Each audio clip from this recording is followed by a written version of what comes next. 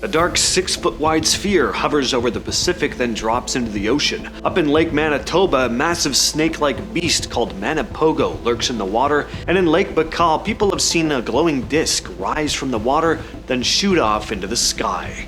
These are real underwater encounters that left experts speechless. In July 2019, the crew of the USS Omaha picked up something strange off the coast of San Diego, a dark spherical object hovering above the water. It wasn't just a radar blip, the Navy actually filmed this. It's grainy footage, but you can see the object move side to side before it drops into the ocean. Filmmaker Jeremy Corbell got hold of the footage and posted it in 2021, saying it showed a, quote, spherical-shaped UFO and advanced transmedium vehicles, meaning something capable of moving through both the air and the water. He said it was filmed from inside the Omaha's Combat Information Center around 11 p.m. Radar readings showed the object was about 6 feet wide and moving anywhere from 46 to 158 miles per hour. It stayed in view for over an hour before diving into the ocean. Afterward, the Navy sent a submarine to look for debris, but nothing was recovered. Pentagon spokesperson Susan Go later confirmed the footage was authentic and part of a, quote, ongoing examination by the Unidentified Aerial Phenomena Task Force.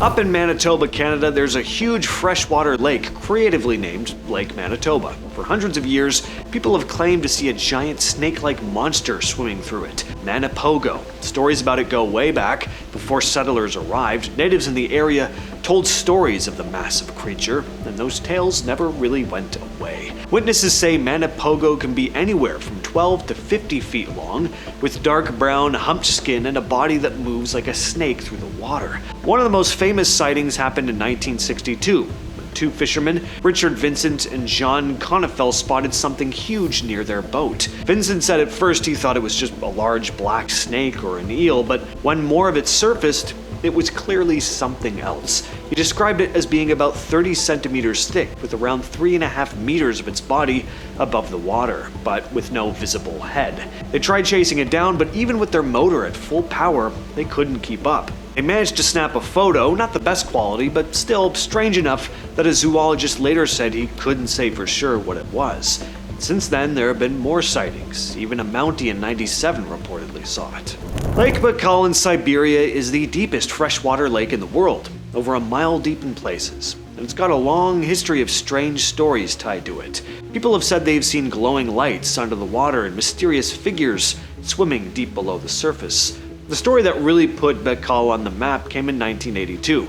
A group of Soviet Navy divers described a terrifying encounter while on a routine training mission. They were about 50 meters down when they came across what looked like human-shaped beings under the water, but much larger. Historian Alexei Tavanenko wrote that at a depth of 50 meters, they encountered swimmers about 3 meters high, dressed in tight-fitting silver suits. They had no diving or other devices, just helmets on their heads. End quote. The team was ordered to capture one, but when they tried, a sudden force pushed all of them toward the surface at high speed. The rapid ascent caused decompression sickness, and 3 of the 7 divers reportedly died.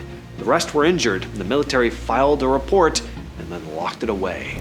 That's not the only weird story to come out of Lake Baikal, though. A research worker named Vyacheslav Lavretovich once described seeing something enormous below the surface while aboard a yacht. We were on a yacht on Lake Baikal, and under us a huge glowing disc, the light from it blinding us. And for 3 minutes it shone from below. It rose up and flew into the sky and was out of sight in 1 second, end quote. He said the disk was so bright it lit up the whole yacht, and estimated it was between 500 and 700 meters wide. Then in April 2009, several witnesses around the lake reported something similar, a large disc-shaped object hovering low over the water before plunging straight in.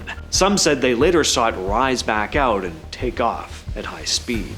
That eases us smoothly to our next entry on the list. We hear a lot about UFOs or UAPs, but what about unidentified craft from underwater? Retired US Rear Admiral Tim Gallaudet has been trying to warn the government about exactly that: unidentified submersible objects, or USOs. These are exactly what they sound like: mysterious objects moving under the water, sometimes alone, sometimes in groups. Gallaudet calls them the real threat to maritime security, saying, "We have less research on transmedium UAP and USOs than is ideal. These underwater anomalies jeopardize US maritime security, which is already weakened by our relative ignorance about the global ocean." End quote. So basically, we know way more about Mars than we do about the majority of our own oceans. That's kind of crazy. Gallaudet isn't all that concerned about alien stuff, though. He's more talking about foreign threats. Countries operating advanced submersibles for who knows what reason. According to Gallaudet, quote, "Hard security threats appear to be proliferating, and an overwhelming majority affect the maritime domain. Further study may lead to discoveries that make those of the scientific revolution look like baby steps." End quote. Just north of Toronto is Lake Simcoe, and in that lake, there's said to be a creature known as Kempenfelt Kelly, or sometimes Igopogo. It's weird.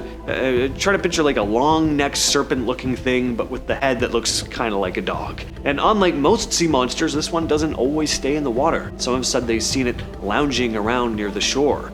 One of the more detailed accounts comes from retired businessman Arch Brown, who said he saw the creature 4 times in 2005. He said it was, quote, 10 feet long with a dark gray serpentine-like body and a dog-shaped head. It swam smoothly, moving up and down in a wave-like motion, end quote. People have been curious enough about these sightings that back in 1970, John Kirk, president of the British Columbia Scientific Cryptozoology Club, tried to track it down. He went out in the lake in 1988. He didn't find anything, but he did say the lake at the time was very able to sustain a large array of aquatic life. It was very pristine and habitable, he said. In 1976, a photo in the local newspaper showed kids standing on the shore watching as these big humps moved through the water. And then in 1991, there was a video sent to Kirk showing something huge jumping right out in front of a hydroplane. Kirk said, "The video is clear as day of something jumping out of the water and frolicking about. My honest opinion is that it looks like a massive seal, sincerely very big. I've never seen anything like it before." Now, unfortunately, we can't show you that video, because apparently it hasn't been released publicly, so I'm calling BS on that, but could there be something weird roaming around the lake? You never know. In July 1965, Captain Marvin McCamus and Captain Bill Rainey, both experienced Navy officers, mind you, were piloting the deep-sea submersible Alvin in the Bahamas. They were diving over the tongue of the ocean, a notoriously deep section of the ocean floor. While following a cable across a massive underwater crevice, something caught McCamus's eye. At first, he thought the sub was drifting, but then he realized it wasn't the sub drifting, it was the object that was moving. What appeared at first to be a static utility pole turned out to be a living creature. I was astonished to see a thick body with flippers, a long neck, a snake-like head with 2 eyes looking right at us. It looked like a big lizard with flippers. It had 2 sets of them, he said. So basically, this thing looked exactly like a plesiosaur. The creature swam away too fast for them to get pictures. The cameras were only set up to photograph objects within 15 to 25 feet. Nobody believed their story. They were laughed off the deck by the other officers. He recorded the encounter in the wet log, but McCamus later suspected the Navy deleted it, and it never made it into official records. Back in 1896, 2 boys, Herbert Coles and Dunham Corridor, were riding their bikes along the coast near St. Augustine, Florida, when they spotted something huge washed up on the beach. The thing was massive, 18 feet long, 7 feet wide, and must have weighed at least 5 tons. They went back the next day with a doctor to take a closer look and discovered it was made of this rubbery, tough material. It was hard to cut. From what they could see, it had stumps of at least 4 arms. Dr. Webb's first thought was that it was a giant octopus. When news of the find got out, Yale's Professor Addison Emmy Verrill said, "It might be a giant squid. These dimensions are decidedly larger than those of any of the well-authenticated Newfoundland specimens. It is perhaps a species of Architeuthis," he said. The thing was so heavy that volunteers had to drag it in with horses to keep it from washing back into the ocean. In 1971, Dr. Joseph F. Gennaro Jr. examined tissue samples and came to the conclusion that it was an octopus with arms potentially 75 to 100 feet long. In November of 2021, the team at the Monterey Bay Aquarium Research Institute was out in Monterey Bay when they filmed the first ever footage of a giant phantom jelly. It really lived up to the giant title, with a bell over 3 feet wide and 4 long trailing arms that stretched more than 30 feet. The Monterey Bay Aquarium Research Institute has done thousands of dives, but this jelly has only shown up a handful of times. Since the species was first collected back in 1899, there have been maybe 100 confirmed sightings around the world. These jellies seem to live in oceans everywhere except the Arctic, but because they live so deep down, most of the time we don't even know they're there. Before we had advanced cameras, scientists tried to study deep-sea jellies with trawl nets, and that worked for fish and squid, but jellies would just turn into a gooey mess when they were brought up. But now with ROVs capturing high definition and even 4K video, we finally get to see phantom jellies exactly how they look in their natural environment. Back in 2001, off the coast of western Cuba, a marine engineer named Paulina Zalitsky and her husband Paul Weinswig were mapping the ocean floor. They came across something incredible.